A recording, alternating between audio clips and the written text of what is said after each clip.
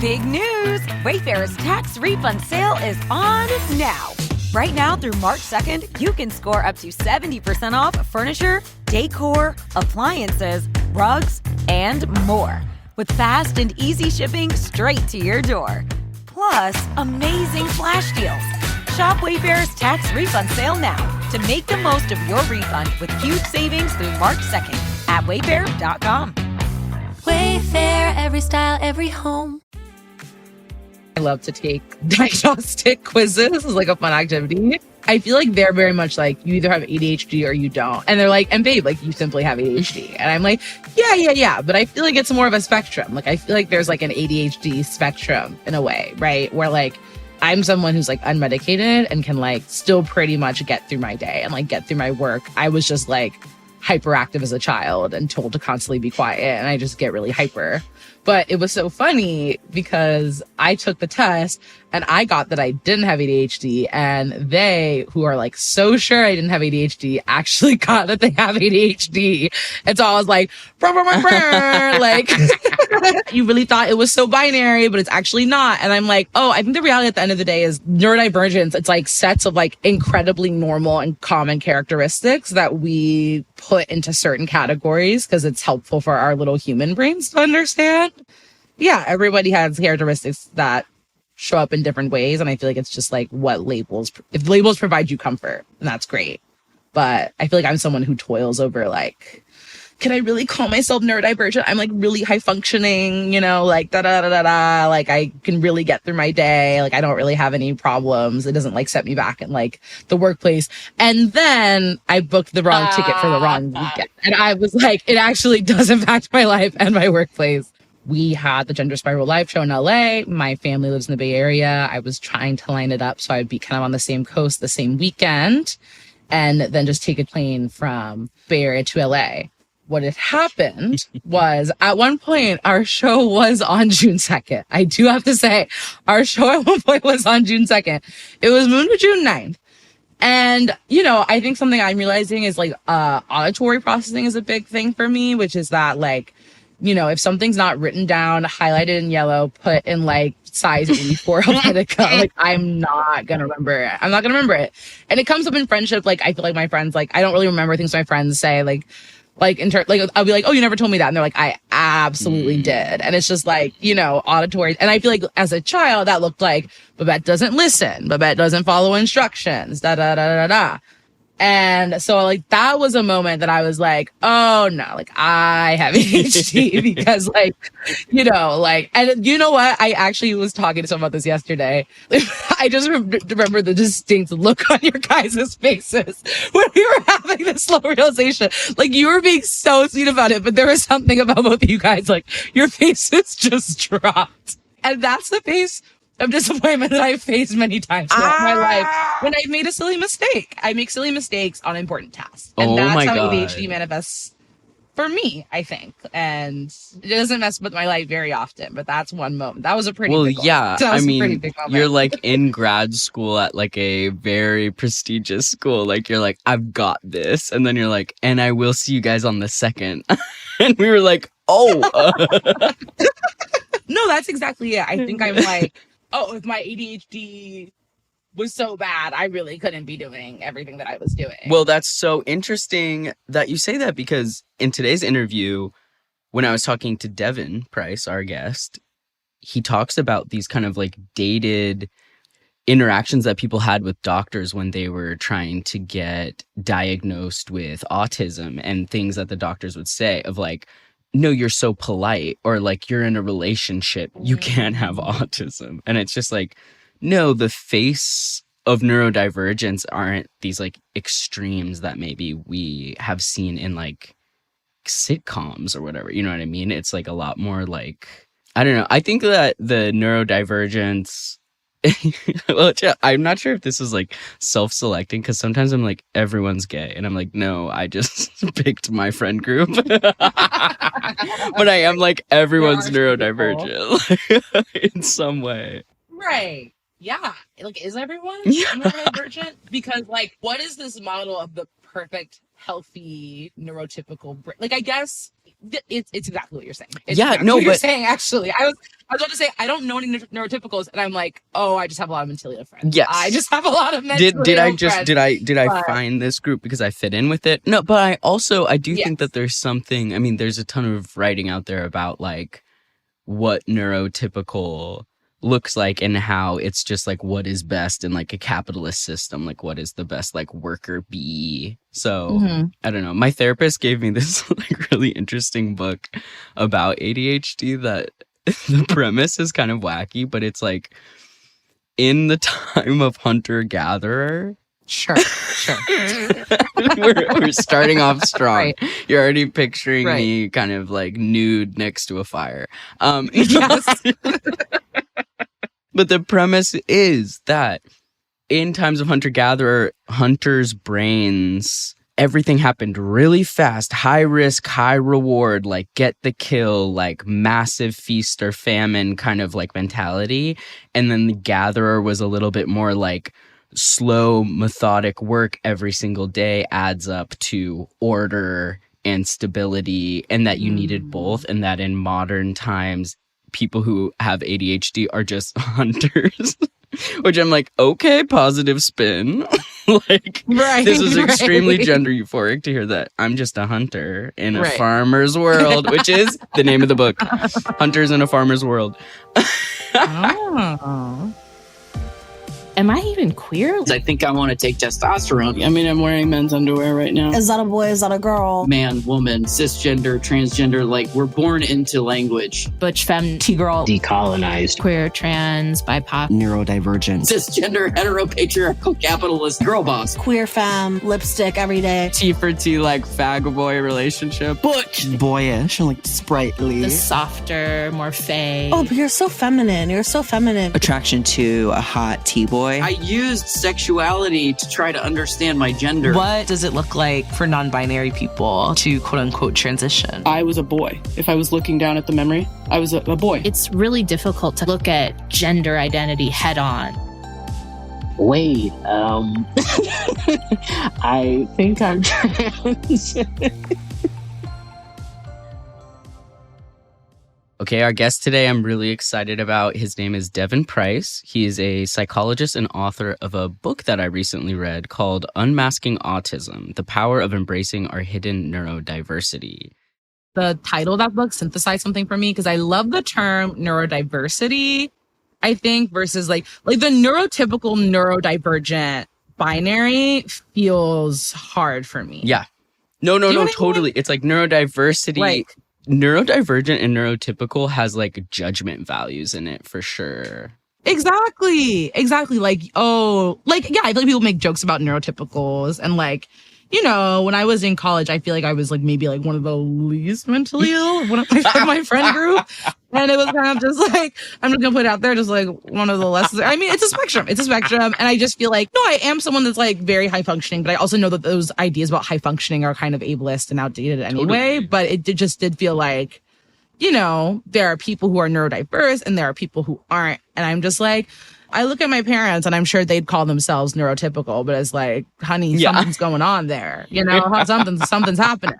Neurodiversity, I feel like, just encompasses the spectrum of human existence. No, totally. You know what I mean? When you hear that, you just think of like a lot of space for a lot of different people versus there's kind of like this repressed, like downtrodden group of mentally ill people and the tormentors above them, you know? Exactly. Like they're sewer people, like just churning, skittering around, eating pizza in the subway. Yeah. Kind of skittering like rats, you know.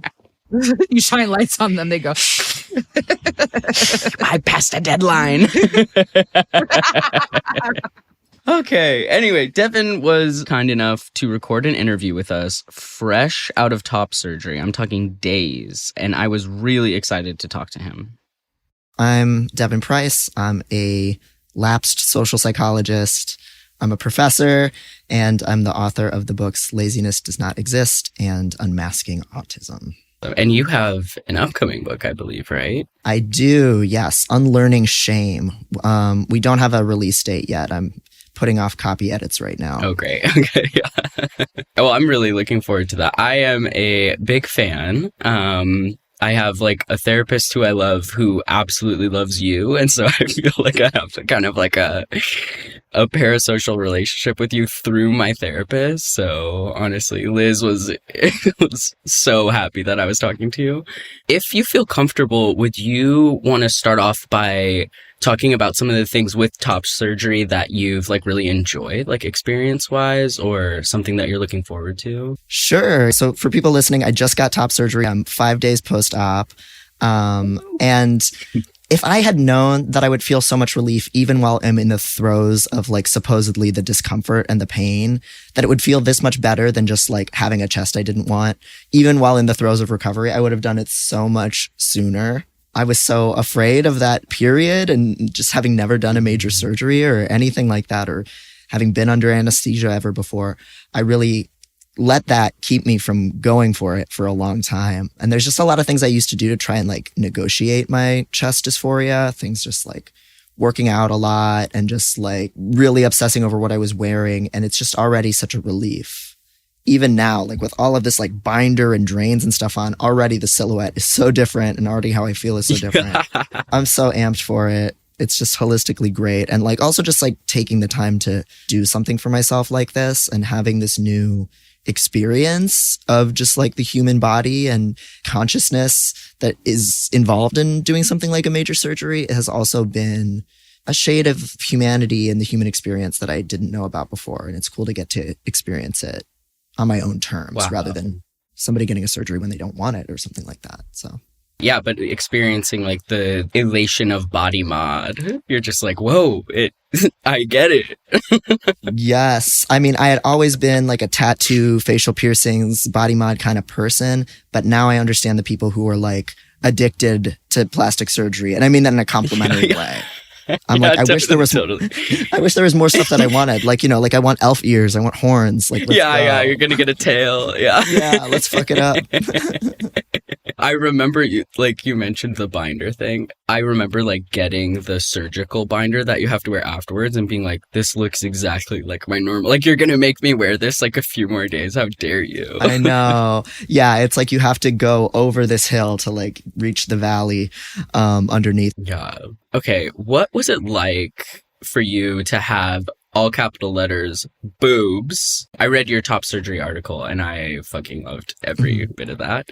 What was that journey like for you from that chest to this chest? Yeah, I had this experience that I think is not uncommon for a lot of trans masks of having this attribute that other people really valued and were even envious of and would just project that onto me my entire life. So yeah, I had this experience all throughout my life of having just this body type that people, especially cis women, projected all these expectations onto and told me that I was really lucky to have. And so I kept for years trying to wrap my brain around how can I make this work for me?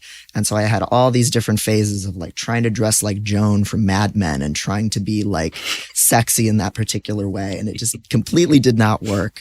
And trying to see it as like a source of power, you know, the way that it gets presented as like a source of feminine power or whatever. But it only ever made me more self-conscious and more uncomfortable. I could just never like this thing that everybody else seemed to like. But it was a real mind screw to be able to think about parting ways with it. That all started to change once I stopped hormonal birth control and things went down a little bit in size. And that was pretty euphoric. And so then I was like, let's do this a little bit more. And then I started testosterone and I went down like 2 cup sizes, which was huge. Yeah. I went from like triple D's to like DC area. It was very dramatic. And people don't know that that's a thing, that sometimes your cup size goes down on T. And so that made binding a lot easier. I started lifting weights, which also made binding easier and just kind of changed how things distributed. And for a while, I kind of told myself, all right, I'm good. I can live with this. But at some point, you just have to realize that you can do better than like what you can cope with, what the bare minimum like level of comfort is you can endure. And so finally this year, I was just ready to just go with it and didn't feel any of that weird obligation of like owing the world this body part that I never even wanted, which was a very silly thing to think in the first place, but you just really get bombarded with that message. Oh my gosh, totally. It's like saturating. It is really crazy where you're like, oh, what am I giving up? I'm really interested in your like kind of doll mode, like way of of operating. How did that feel when you were dressing up like Joan from Mad Men?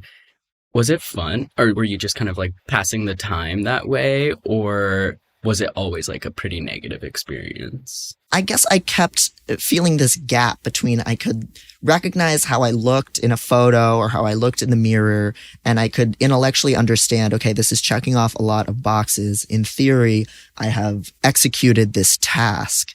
And that never like actually led to anything that I expected that it would unlock. Like I didn't feel more confident. People didn't even necessarily like treat me in any kind of way that I wanted to be treated.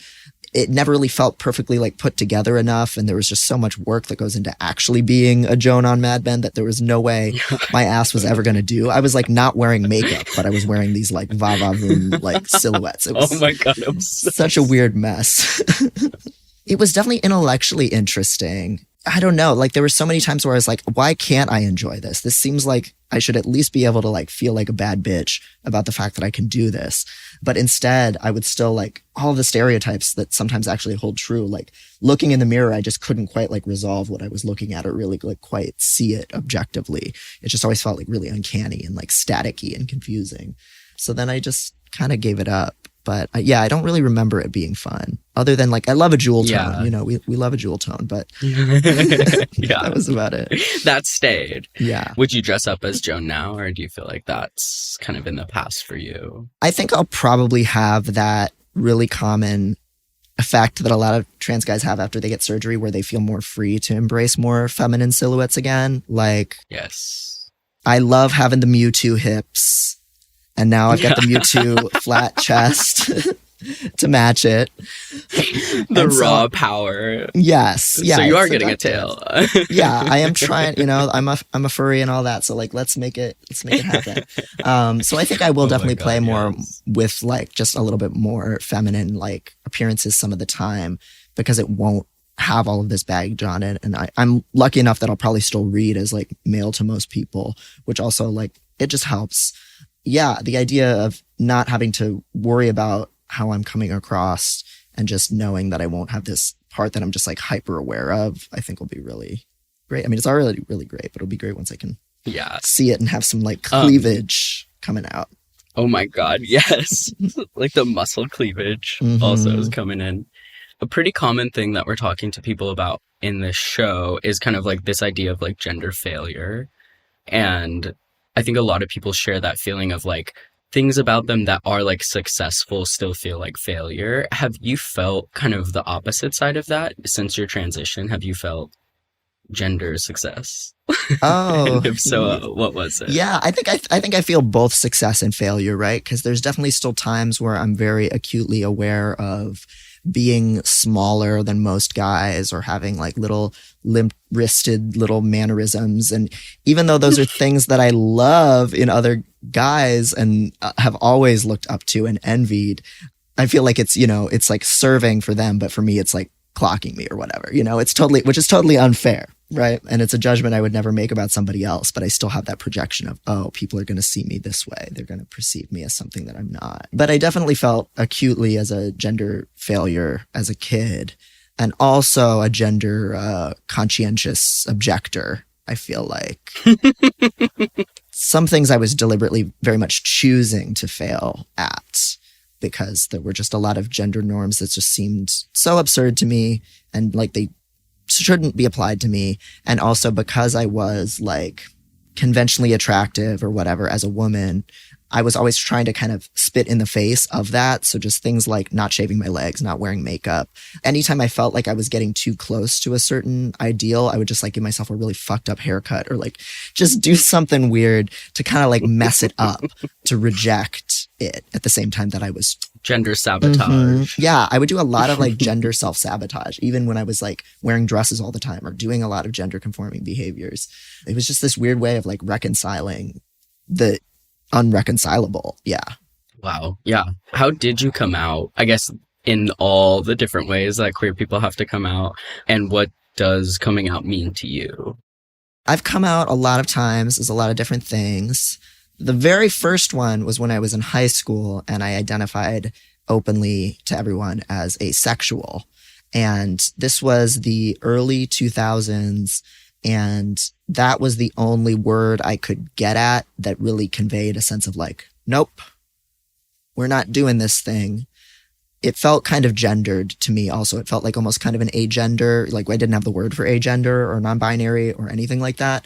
So identifying as asexual both meant like, get the fuck away from me, all of you annoying straight people at school. Yeah. And also I'm an other and I'm outside of this. Eventually, once I was in my 20s, I knew a lot of non-binary people. I had already known trans people, but only very like binary ones starting in high school. So by the time I was in my 20s and I was kind of familiar with the concept of non-binary people and lots of different ways that people could transition, then I came out as non-binary. And since then, I'm a very like slow transitioner.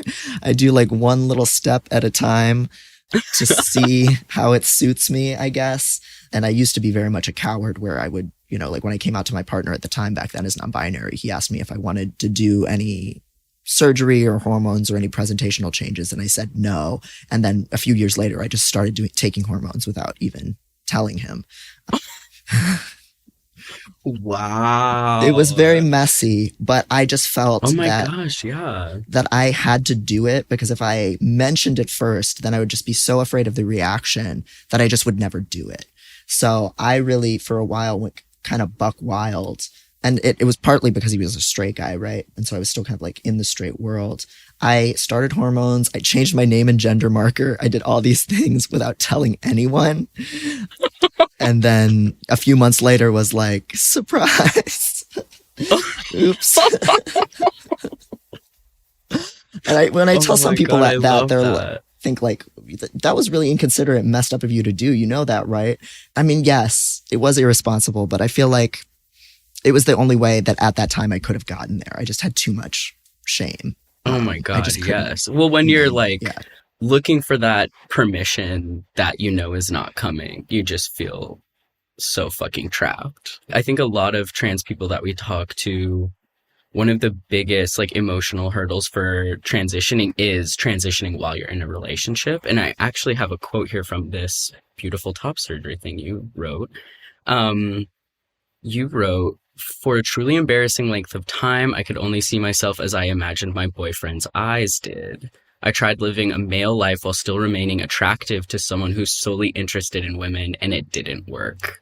Would you tell me about that? That is so beautifully put. Yeah, I was transitioning by half measures for, again, years. So I was on low dose T and I would feel really good about a lot of the changes that were happening. But if certain changes went too far, like my muscle development or body hair, for example, I would want to like pump the brakes. And so I would either reduce my dose or I'd switch to every other day. Or I even started getting laser hair removal for a period of time, trying to straddle this line of being able to kind of recognize myself and feel, you know, strong in my own body while still, I guess, if you put Vaseline on the lens and squinted from far away enough, being like, oh yes, that's the same woman that was here before. Yeah. And it was not a realistic thing to expect to work. And I think it put both him and me in a really tough position. And do I wish that like he had been able to say, this is not working for me, like I'm not attracted to you anymore, like sooner? Yes. But I understand that as hard as it was for me to say what I was going through, it was equally as hard for him to like be the bad guy and broach the subject either. So we were both two just like incredibly conflict avoidant people, not facing this spread between us that was kind of growing. That was especially worsened by the pandemic, where I didn't really have avenues to be out around other trans people and out in queer spaces as much anymore. So the idea of losing this 10-year connection felt way, way, way more scary. So it wasn't until after, you know, vaccinations started happening and it started to become possible to imagine that there would be a future again, that I could really think about what I wanted that future to be. And that's when I really had to call it and just say, you know, fuck this, where I'm going full dose T, I'm lifting weights every day, I'm growing out my happy trail, like I'm ending this relationship and I'm gonna not be in denial anymore. And yeah, totally. Yeah. I've experienced that kind of on the other side of things where I feel like I've dated a number of people who are like, I am not interested in men anymore. I'm a lesbian. And I started to like in one of those relationships just being like, interesting. Well, like, are the changes that happen to my body going to be really unattractive or like remind you of past things that you're saying you're no longer attracted to? And yeah, it's hard to like let go of labels that you think still really suit you, because I definitely don't feel like I'm transitioning into like a cis man, so it's still different. And it's actually, I've found it's still very like hot on me to have something that maybe they're like, oh, on a guy that's not as hot. But I think it's also important to like create the space that you need to go as full forward as you want. Like if you were feeling like you were holding yourself back. Yeah. I saw a tweet maybe a year ago that said something like, the second that you start transitioning, you should end your relationship no matter what, and just circle back after a couple of years. And at the time that I saw it, I was very incensed because of what all I was going through. I was like, that's not fair. That's unreasonable. You're just projecting. And now I would say like, oh yeah, no, I think you do have to really have some space. You have to be able to really check in with how you actually feel and not have somebody looking at you every day where you're worried about how they're perceiving you. Totally. Accurately or inaccurately. Yeah. Yeah, totally. I think that's so important. I definitely have experienced that and tried to find like that space. I think especially with T, for me, top surgery felt maybe a little bit less of a crazy shift just because I was already binding. It wasn't really like that big of a shift, but T definitely, you're kind of like, oh, I'm not changing into a different person. I'm just changing into a different version of myself. And I think, yeah, having freedom to just go wild is great. I actually have a top surgery question for you while we're on the subject. I've gone back and forth about the idea of it for so long. And like, I feel like everyone always has a bunch of voices in their life that are like, maybe you should wait, really think about it, be really sure that's what you want and all this stuff. I guess my question is, how did you know for sure that you wanted top surgery? Were you ever completely 100% sure? Or were you just like, I'm going to go for it, and then it turned out great? Oh, I have so many thoughts about this. I'm literally working on an essay about this right now. One thing that I have noticed is I think in the trans community, we have a lot of fear of being the thing that the TERFs say we are, that we're the trans cult that's manipulating people into transgenderizing themselves, and we're not cognizant of the risks and the irreversible damage and all this fear mongering. And so to overcome that stereotype, I think a lot of us are very, very judicious in outlining all of the risks, all the complications that could happen, in articulating that it's not a promise that you're going to feel any better, and talking about the existence of detransition. And all of that stuff is important to do. It's responsible to do. I don't want to knock it. But I think we end up hearing the ceiling of negative experiences. We hear the absolute worst it can get, and we don't hear about the floor. We don't hear about the many, many times where it's relatively painless, where you actually like the result more than you thought you were going to, where even though you agonized over losing nipples, you actually don't miss them. All of these things that can happen that are a lot of times more the majority experience rather than people having a negative experience. So that's certainly been my experience even so far with surgery. I was really afraid of surgery itself for a long time. And I wasn't sure that I would be able to cope with the idea that once I made this decision, it was set in stone and it was done. And I'm autistic, and one way that looks for me is that I identify with inanimate objects and I feel empathy for them. So I felt really bad for my boobs. Like, they didn't do anything wrong. These are my little buddies. I'm sorry. Like, I don't mean to kill you, like all this silly emotional stuff. And that was another thing that I was afraid of, that once they were gone, that I would like miss them or something. And I was so wrong. It was for me not an issue. Surgery was not painful. It was not debilitating. It felt like a pleasant outcome, even right out the gate, even with all the discomfort that entails. And I like how I look, and I don't think it's going to take anything away from me. And it just doesn't feel like it is. Are there people who feel the opposite way after surgery? Like, absolutely. And I think it's important to talk about, and I don't want to ever downgrade that. But I think I was so afraid of being so certain that I would never experience any doubt before I pulled the trigger that I waited a little bit longer than I wish that I had. And the same thing was true for me with starting hormones too. Like I used to read all the TERF detransition blogs and fearmonger myself and write out these long arguments with myself about, do I really know that I want to do this? And when you have that much stigma and shame put in your brain, it's never going to completely go away. Like you're still going to always have the idea of what other people are thinking, but that doesn't necessarily reflect what you actually think. And the last thing I'll say in terms of what finally got me over the hill and more serious was just looking at the future and thinking about all of the attacks on trans health that are happening and knowing, okay, I feel okay if I'm on hormones and I work out and I bind all those things together, I can live with where I'm at. But if any of those things falls through the cracks, if I can't get hormones anymore, I know I'm not going to be in a good way. So I want to get my body in a place where I can live with it, even if it became hard to get hormones. And that helped me feel more in control of a really precarious, uncontrollable time.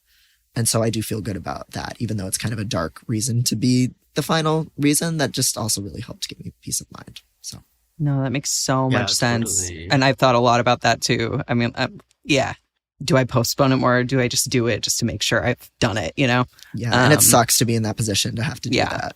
Yeah, kind of prepper vibes, Right. but it's like, no, it's real. Yeah. It's like based on reality. Okay, you wrote a book, Unmasking Autism. For listeners who haven't read that book, could you give us like a little rundown of what you were doing like with that project? Yeah. So Unmasking Autism was born out of me finding out that I was autistic in my late 20s after years of, despite having a PhD in psychology and having some, clinical training, a limited amount, but some clinical training, knowing very, very little about what autism actually was and how it looked, enough that I never put together that hating being in loud, bright, unpredictable places and needing to know all of the facts about something and being hyper literal and having a monotone voice and all these things were autistic traits. I just had no idea.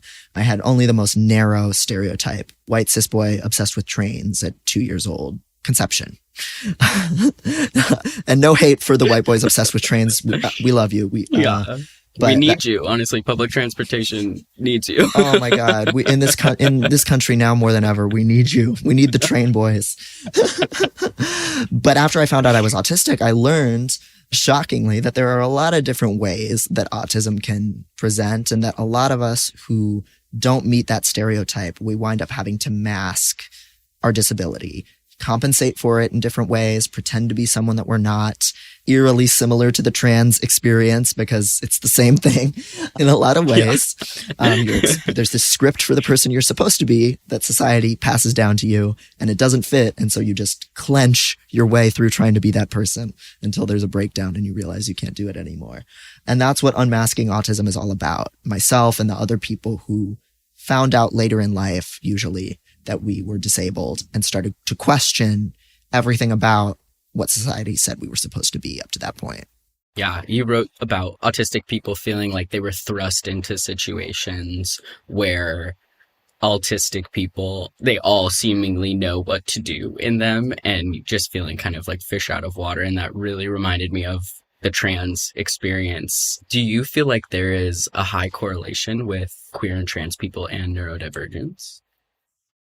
What I usually say, especially when a cis person asks the question, is that autistic people aren't necessarily more likely to be trans. They're just more likely to be out. And there's a lot of reasons to think that that's the case. We know from research that autistic people, if you throw them into like a moral dilemma, they're way more willing to like stick by their guns and make a sacrifice to kind of stand by their morals. Autistic people, we just tend to be more likely to be consistent in our actions and our beliefs than non-autistic people. That doesn't mean we're better than anyone else. We can still have horrible beliefs, right? But we're more like consistent with them. We're human beings and some of us suck. But I think that points to the fact that we're more likely to be out, more likely to be honest. Autistic people are also more likely to be bisexual or gay, and we're more likely to be whistleblowers at companies that behave unethically. And we often tend to really need a social rule to make sense for us to be willing to follow it. And if something strikes us as totally unfair, we will just not follow it, even if there's massive consequences. And so I think that leads to a lot more of us questioning this artificial state of affairs that is cisgenderdom. Cisgender is the artificially created category. You know, anybody can choose to step beyond that. And it makes sense that people who are already outsiders are more willing to say, okay, no, these rules make no sense and I'm going to step beyond them. Wow. Yeah, totally. That's so cool. I really love like your reframing of autism as like a superpower and a lot of the like positive ways that you wrote about it in Unmasking Autism. Can you talk a little bit more about unmasking and your work with Heather Morgan? What were some of the exercises that you really liked or that helped most? And yeah. So Heather Morgan is a coach that I cite a lot in my book. When I wanted to set out to talk about what masking is and how we can go about unmasking, I just really wanted to look at what resources have autistic therapists and coaches come up with so far to work on this kind of stuff. And Heather has really just like written the book on getting back in touch with your pre-masking self, basically. She has this whole process called the values-based integration process or exercise. And the way that it really starts is by cultivating a sense of trust in the person that you are beneath the facade of the person you pretend to be. So a lot of us, if we're masking and camouflaging ourselves, it's because we're afraid of what's going to happen if people see ourselves not in that state, that we're going to be ostracized, that there's something bad or wrong or disgusting about us. All of these things make it really, really hard to even be in touch with your authentic self. So what Heather has clients do is just sit down and think of 3 to 5, potentially more experiences in your life that are just really peak experiences where you felt fully alive and yourself. And when you think back on them, you feel like, oh, if all of life were like this, life would be amazing. And using those experiences to figure out when are you in your element and what do you really value in life. For some people, those moments might be times of connection or times where they were really engaged in their creative output. It could be a beautiful moment in nature.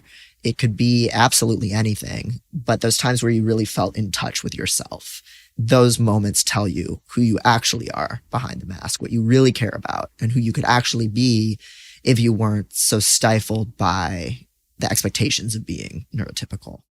These kind of like infinite moments that you like still have the memories of. That's really cool. Yeah. So I feel like you came to terms with like multiple identities in this way and have done just so much work on both of them. What was that like, or what was kind of like your order of unmasking and then becoming more mask, re-masking, if you will? Yes, unmasking and then re-masking. It's funny because when I was writing this book, I felt like such a hypocrite because I was encouraging all of these people who were reading it one day down the line to embrace their real selves and to be honest about what they need and to be willing to be difficult to be around once in a while. And I am one of the most repressed, workaholic, neurotic, self-doubting, insecure, judgmental motherfuckers in the world. I write about this stuff because I'm bad at it and because I need it. You know, I wrote a book that I wished had existed when I was starting to figure some of this stuff out and just collecting all of the pieces of information and stories that I learned along the way. I think that has positioned me to be able to be really good at speaking to this kind of story because I know how much it feels to constantly be scrutinizing yourself and thinking you're being weird or inappropriate or that you don't deserve to be comfortable ever. But that also means I am just constantly uncovering in myself more limitations and more invisible, unspoken rules that I've imposed on myself about how I can earn the right to be alive. My first book was all about productivity and overwork and burnout. And that was like one of the first points where I started to question things. I hit a really bad period of burnout after graduate school where my body was just breaking down. And that forced me to question how much work I demanded of myself in order to believe that I was worth being alive. And from there was just a cascade of new ways to disappoint people, new ways to let things go. And I say disappoint people in a positive way. I think it's a skill set we all have to have. And just learning what to say no to and what to let go of. so that I could actually be myself. And kind of from there, realizing I was disabled and going deeper and deeper into my transition were very much the logical next steps, because those things were just all wrapped up in one another, and the shame of those things were all connected. Yeah, I'm extremely excited for your book on shame. I think that's really exciting. Okay, so you kind of have done a lot of very scary, very brave work just back to back on yourself. And I love asking, I feel like a lot of trans people feel this way. They just feel very depleting, and sometimes it can feel very impossible or just impossible. What are some ways that you kind of like refill your tank? What are some ways that you like stay motivated? I wish I knew how to do these things effectively, but instead it's been more these cycles of just big bursts of insight and really feeling like I have a lot of agency in my life, and that I'm willing to let things go and say, fuck you to people that are limiting me or situations that are limiting to me, and just like going full speed ahead for like a few months or a year, and then really hitting a wall, talk about burnout, and just having to like mourn what I've lost or question what being myself means and what isn't going to work. It's only really in the last like year or two that I've gotten at all good with like the radical acceptance piece, for example, of just understanding that certain things are just not going to work in life. Certain relationships in my life with certain family members or people that I used to be friends with are just never going to work out. There's no way I can contort myself into making them sustainable for me, and being willing to actually just accept reality instead of trying to like force myself to fit a reality that isn't tenable for me. Something that does definitely refill me is just my relationships and my friendships. I've managed, especially over the course of the pandemic, to get a lot closer to certain friends in my life that we just spent a lot of quality time, mostly online together the first couple of years, and now in person, and just finally got to be a little bit more vulnerable going through things like the breakup that I mentioned and just pandemic trauma in general. That's really helped. I've had a lot of like productive conflicts in the past couple of years with friends and people I'm in relationships with and people in my family, where I've just actually been able to say difficult things instead of avoiding bringing them up, which was my strategy for a very long time. Yes. So that's really helped. It's not necessarily that I refill my cup per se, so much as I get more and more confident in my ability to handle things and to just face things and to just sit with what reality is, rather than imagining things were different or imagining a world where just everybody loves me and I'm exactly what people want me to be or whatever. Yeah. All those cliches about as you get older, it's not that life gets any better, but that you get way better at handling it has really, really rung true. And a lot of that comes from investing in relationships that help me get stronger too. So yeah, I love that. Almost kind of like relationship pruning, and kind of like there are like these intense energy leaks in your life where you're just like, wow, it really sucks to interact with this person. And maybe you can reclaim some of that energy and put it to where it will feel like generative in like other relationships. Yeah, I've definitely gone more deep in the last few years. Before that, I was really spread out. So again, the pruning example really makes sense. I was trying to make up for lost time, having been like a weird, autistic, unpopular kid. So I was trying to meet all of these different people and be in all these different communities and scenes and convince myself that, oh, I'm so likable. I have all these social skills. I can do all these things. And that was fun. That was great for a time. But at some point I had to go beyond surface level connections and have relationships that would really evolve over the course of years. I've just had from that all of these wonderful moments where sometimes I'll be spending time with a friend I've known for years and just realize, oh my God, I love you. I love this person. I actually know them now.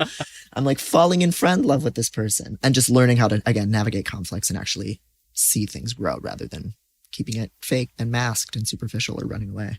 Totally. Yeah, I feel like I've felt that as well. The kind of making up for lost time boost you can feel when you're like, and I'm chatting with everyone at the party, and then you go home and you're like, did I have one real conversation? Like, whoa. Right. Hi, popping back in again. I have one more follow-up question for you, actually. So I, this year, finally got a formal diagnosis of ADHD. I'm 24, so sort of late diagnosis, but I was told by the psychologist that was doing my diagnosis, I had also like asked about like an autism diagnosis.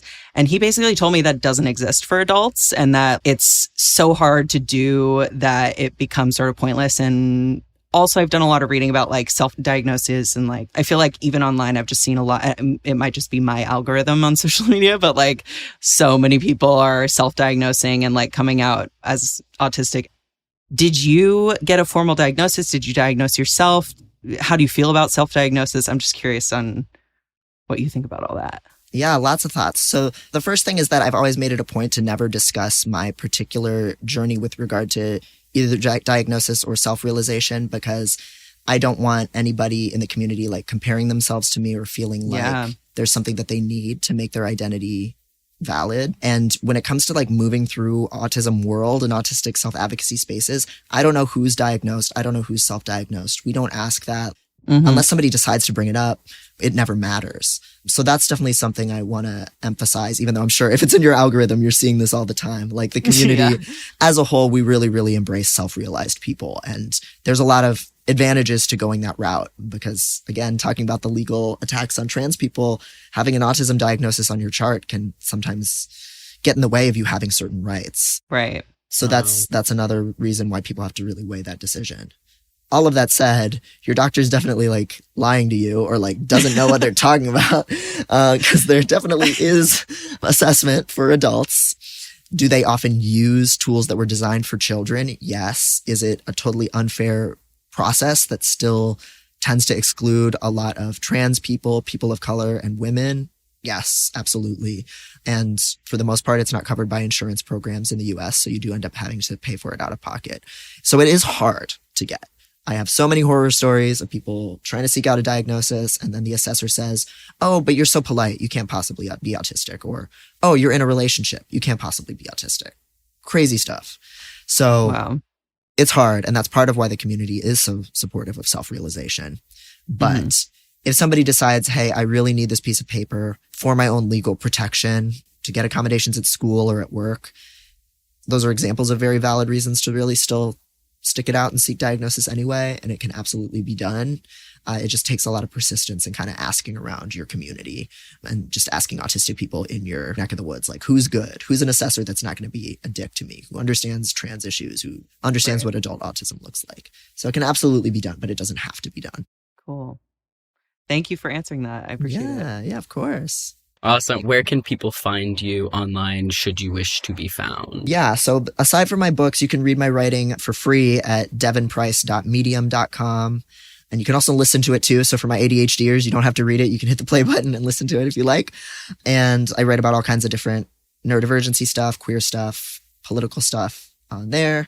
The place I'm most active otherwise now is my Tumblr, which is drdemonprince.tumblr.com. So feel free to hit me with that question in the ask box on there, because I do actually check notifications on there. Oh my God, amazing. Well, thank you so much, Devon. Wow. Okay, so many things stuck with me from that conversation.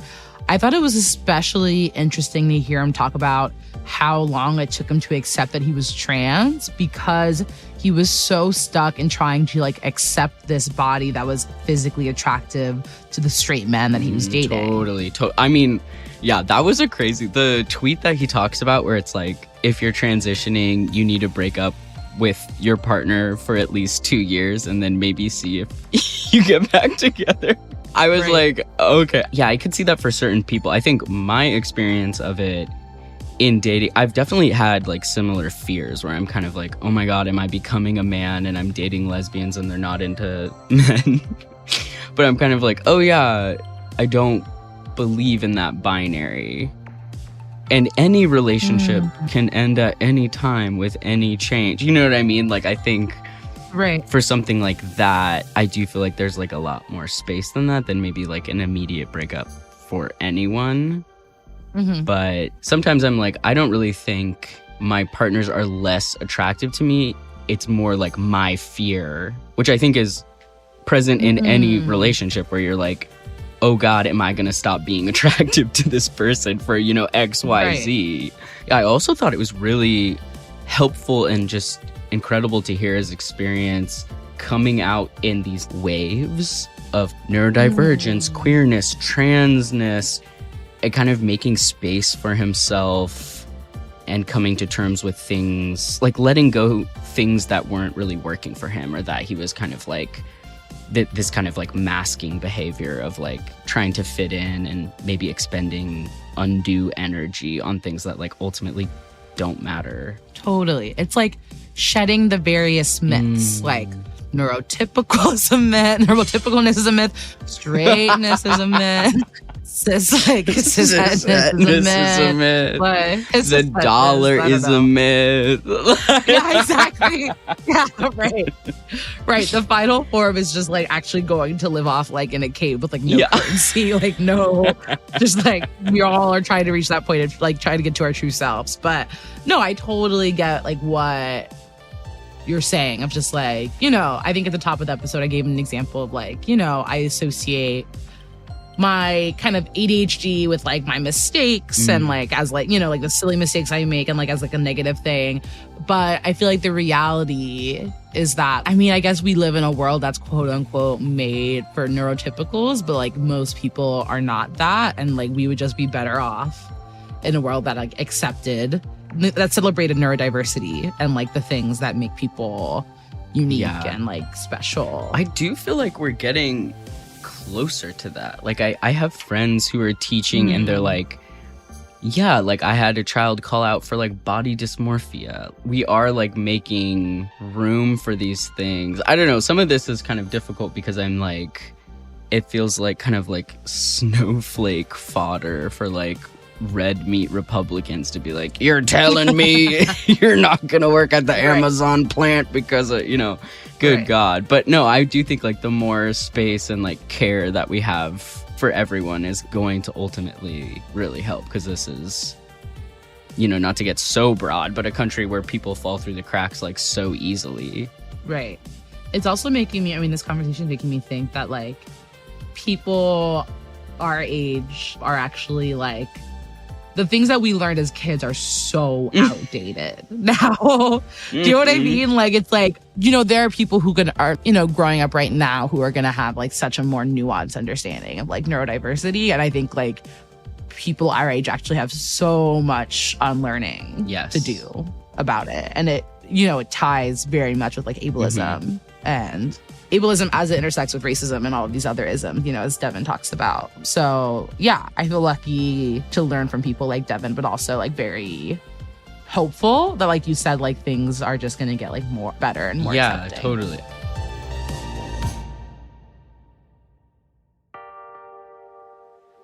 Gender Spiral is an original podcast from Audiation. This episode was mixed by Matt Noble, and music is composed by Chanel Critchlow, with art by Joey Hahn and graphics by Honey Hodges. This show is executive produced by Ireland Meacham, myself, Babette Thomas, my co-host Allie Beardsley, and Sandy Smullins, with additional story editing from me. Thanks to our guest, Devon Price. You'll find a link to his Instagram in the show notes. If you like the show, please head over to patreon.com/genderspiralpodcast to support us for $2 a month, or subscribe to a higher tier for bonus content, special monthly postcards, and even free tote bags. You can also check us out at genderspiralpod.com, where you'll find a link to leave us a voicemail to ask us questions, tell us who you want to hear from, and what you want to hear about on the show. And follow us on Instagram. It's at Gender Spiral. Subscribe wherever you get your podcast to stay tuned. We're releasing a brand new episode every single week this summer. Tune in next week to Gender Spiral, where you never have to spiral alone.